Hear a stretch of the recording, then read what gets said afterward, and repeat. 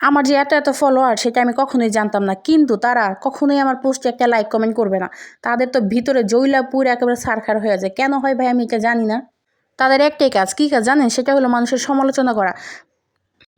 এত যদি সাহস থাকে বা এতই যদি থাকে, আমার সামনে এসে কোনো কথা বলে না, এরপরে দেখবেন আমি এমন কথা বলবো জীবনে আমার পোস্ট দেখা তো দূরের কথা, আমার পেজটা সাথে সাথে একেবারে ব্লক মেরে দেবেন। বুঝতে পারছেন?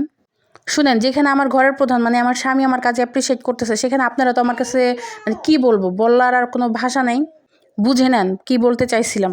যত যাই হোক, এতটা অভদ্র না যে আপনাদেরকে আমি খারাপ কোনো কথা বলবো আপনাদেরকে, কিন্তু যদি কখনো আমার সামনে এসে কিছু বলেন তাহলে আমি আপনাদেরকে একটু সুন্দর। হ্যালো এভরিওয়ান, আসসালামু আলাইকুম। আজকে আসলে মন মেজাজটা অনেক বেশি খারাপ, এই জন্য এভাবে আসলে ঝগড়ার মুডেই ভিডিওটা শুরু করতেছে। কি করবো বলেন, অনেক বেশি কষ্ট লাগে যখন মানুষের কাছ থেকে মানে খোঁচা মারা কথাবার্তা শুনি।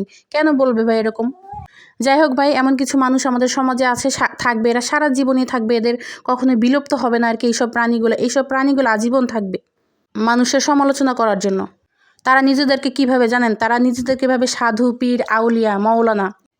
আপনি তখনই একজন শুদ্ধ পরিশুদ্ধ মানুষ হতে পারবেন কখন জানেন? যখন আপনি মানুষের মানে খারাপ কোনো সমালোচনা না করবেন। আজকে আমার ভিডিওটা একমাত্র তাদের জন্য যারা আমার পোস্টগুলো দেখে জ্বলে পড়ে মানে একদম ভিতরগত অনেক বেশি জ্বালাপোড়া করে, তাদের জন্য আজকে আমার এই ভিডিওটা। যদি আমার ভিডিওর প্রত্যেকটা কথা তাদের গায়ে লেগে যায় তাহলে মনে করবেন একমাত্র আপনাদের জন্য আমার ভিডিওটা আজকে তৈরি করা। আমি আমার এমন কোনো ভিডিও তো কোনো উচ্ছৃঙ্খলতা পোস্ট করি না বা কিছু করি না যে আপনাদের অনেক বেশি গায়ে লেগে যায়, তাই না? ভাই আমি আপনাদের সত্যি কথা, আমি আপনাদের আইডিগুলো জানি না, জানলে আমি অবশ্যই ব্লক মেরে যেতাম, কিন্তু কি করব বলেন? আপনারা তো চুপি চুপি করে চুন্নির মতো করে আইসা আমার ভিডিওগুলো দেখেন, এই জন্য আমি কিছু করতে পারি না। তো যাই হোক, আল্লাহ তাআলা আপনাদেরকে হেদায়েত দান করুক। মানুষকে যদি ভালো করার আপনার উদ্দেশ্য থাকে তাহলে কখনোই কাউকে খোঁচা মেরে কথা বলবেন না, কারো মনে কষ্ট দিয়ে কথা বলবেন না, কারো অগোচরে কথা বলবেন না। নিজে ভালো থাকুন, সবাইকে ভালো থাকতে দিন। তো যাই হোক, এখন একটু মাথাটা ঠান্ডা করি, কারণ আসলে আজকে মাথাটা পুরো গরম হয়ে গিয়েছিল, এজন্য এভাবে কথাগুলো বললাম। মানে এখন বুঝতে পারি আসলে মানে যারাই বড় হয়েছে এই জীবনে, তাদের প্রত্যেকের জীবনে কিছু না কিছু এরকম আছে। আমি এখন অতটা বড় হয়ে যাই নাই, কিন্তু তারপরও দেখেন মানে আমি এত সমালোচনার মানে পাত্রী হয়ে যাচ্ছি এখনই। তো যাই হোক, এটা যার যার ব্যাপার। যারা মানে যার মন মানসিকতা যেমন, সে তো এরকমই করবে, এটা তাদের কিছুই বলার নাই। আজকে ঝগড়া করতে করতে আপনাদের সাথে একটা রেসিপি শেয়ার করে ফেললাম, আর সেটা হলো ডিম পোলাও রেসিপিটা।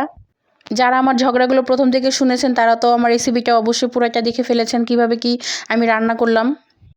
পোলাও আমার শুধু সাদা পোলাওটা আমার কেন যেন কখনোই পছন্দ না, তাই আমি যখনই পোলাওটা রান্না করি একটু ভিন্ন মানে একটু ভিন্নতা আনার চেষ্টা করি আর কি। এই জন্যই মূলত আমি এভাবে রান্না করেছিলাম, ভালোই লেগেছে আমার কাছে খেতে। আমার রেসিপিটা যদি ভালো লেগে থাকে তাহলে আপনারাও ট্রাই করে দেখবেন। আমি জানি আমার থেকে আপনারা অনেক ভালো রান্না করতে পারেন।